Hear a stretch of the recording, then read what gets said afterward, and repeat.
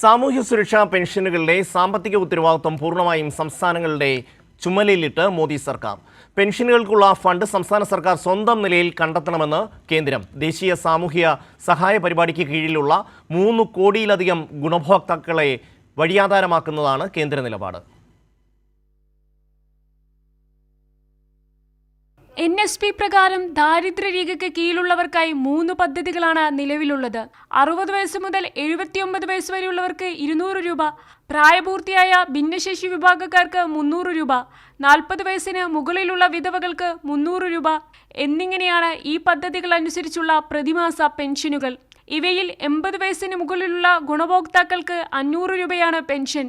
നിലവിൽ 2007-12 തയ്യാറാക്കിയ ഗുണഭോക്താക്കളുടെ പട്ടിക അനുസരിച്ചാണ് പെൻഷൻ വിതരണം.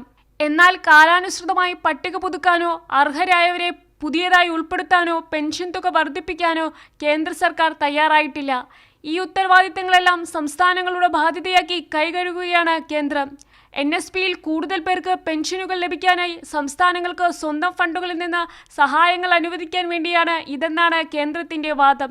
2014 മോദി സർക്കാർ അധികാരത്തിലെത്തിയ ശേഷം 1 രൂപ പോലും പെൻഷൻ തുക വർദ്ധിപ്പിച്ചിട്ടില്ല.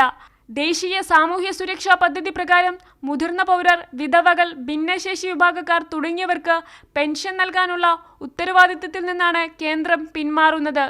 തൊഴിലുറപ്പ് പദ്ധതി അട്ടിമറിച്ച് നടപ്പാക്കിയ VBG റാംജി നിയമം സംസ്ഥാനങ്ങൾക്ക് വൻ സാമ്പത്തിക ബാധ്യത വരുത്തുമെന്ന വിമർശനങ്ങൾക്കിടെയാണ് പുതിയ നീക്കം.